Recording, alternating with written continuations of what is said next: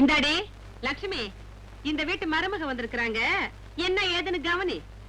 என்ன ஏது? என்னடி கிண்டல் பண்றியா? என்ன வேணும்னு கேட்டேன். என்ன வேணுமா?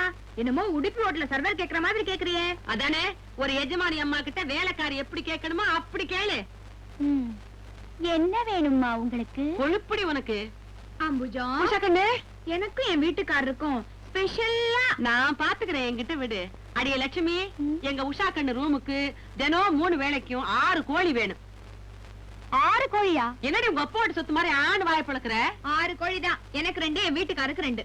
மொத்தம் 4 தானே ஆச்சு. மிச்சம் 2 நான் எதுக்கு இருக்கிறேன்? இதுக்கெல்லாம் ஒரு கணக்கு சொல்லிக்கிட்டு இருக்கணுமா? சொன்னதை செய். அப்புறம் ஏ லட்சுமி, நான் சொல்றதெல்லாம் உடனே ரூம் அனுப்பி வை. சமைச்சா இல்ல பச்சையாவே வா?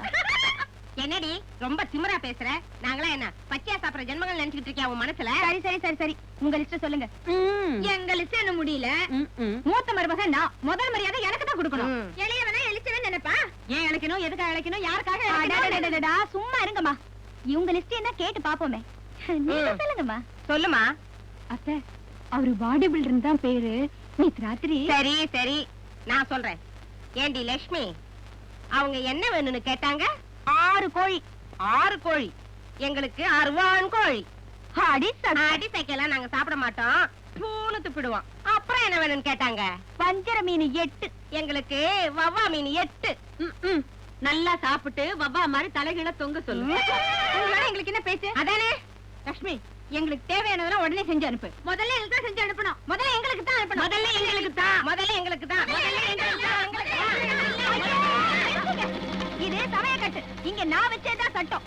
உங்களுக்கு ஏதாவது ஸ்பெஷலா வேணும்னா முத்துக்கிட்ட லிஸ்ட் கொடுங்க. இப்ப முதல்ல எல்லாரும் வெளியே போங்க.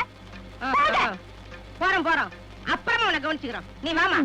என்னடி நீ அவங்களோட சேர்ந்து எங்களையும் வெளியில போன்னு சொல்லிட்டேன். இரு ஒரக்கே ஓடிக்கிறேன். வா உஷா கண்ணு. ஓ என்ன குப்புசாமி, வீட்டுக்கு விளக்கேத்தி வைக்க மருமகளுக வந்தா வீடே மாறி போயிடும் சொன்னியே. வந்த மருமகளுக தீப்பந்தத்தோட வந்திருக்காளுங்க. தீப்பந்தத்தோட மட்டுமா வந்திருக்கிறாங்க? ஆளுக்கு ஒரு பெட்ரோல் பீப்பாயும் இல்ல கூட்டிட்டு வந்திருக்காங்க. கல்யாணமாய் 4 மாசம் ஆகுது. ஒன்னையும் காணோம். என்னதடி காணோங்கிற? ஏன்னா அப்படி பெருமிச்சு விடுறியோ? நான் சொல்ல வேண்டியதெல்லாம் நீ சொல்லு. நீ குழந்தைய பெத்துக்க போறது இல்ல, நான் எப்படி ஆக போறது இல்ல. என்ன சொல்றீங்களா? நீங்க பெக்க போறது இல்ல, நான் போட்டியில ஜெயிக்க போறதே இல்ல. ஏய், நீ தாண்டி குழந்தைய பெத்துக்கணும், நானா பெத்துப்பேன். ஆமா, நான் தான் பெத்துக்கணும். நீங்க இப்படி வாயாலே பேசிட்டு இருங்க, எல்லாம் நடந்துரும். என்ன என்னடி பண்ண சொல்றேன்? எனக்கு மட்டும் ஆசை இல்லையா என்ன? ரூபா, நகை நட்டெல்லாம் கேட்ட வாங்கி கொடுத்தேன். குழந்தை எந்த கடலடியும் நான் போய் வாங்குவேன். சும்மா இருங்க, என் வயிற்றுல கொட்டாதீங்க. வேற எதை கொட்ட சொல்ற? பண்ண வேண்டியதை பண்ணாதீங்க. எப்ப பார் சண்டையே போட்டுக்கிட்டு இருங்க. அதுக்குள்ளேயே உஷா குழந்தைய பெத்து இந்த வீட்டுக்கு எஜமானி ஆயிடுவா. அவனும் எம்டி ஆயிடுவான், நீ எம்டி ஆயிடுவ. ஐயோ, இப்ப என்ன பண்றது? நான் என்ன பண்றது? என்ன கேட்டா கடவுளதான் கேட்கணும். குழந்தை பிறக்கிறது நம்ம கையிலயா இருக்கு? அந்த காலத்துல நாங்கெல்லாம் குழந்தை வரம் வேணும்னு குளம் குளமா முழுகுவோம், அரச மரமா சுத்துவோம். இப்பெல்லாம் இதெல்லாம் யார் செய்யறா? அரச மரம் சுத்துறதா?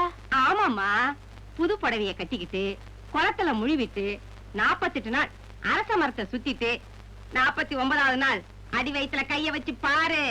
குழந்தை இருக்குமா? இருக்குமாவா? குழந்தை வயித்துல துள்ளி துள்ளி துள்ளி துள்ளி விளையாடும். ரூபா குட்டி, நீ அதே கண்டினியூ பண்ணு, என்ன டிஸ்டர்ப் பண்ணாத. அப்பா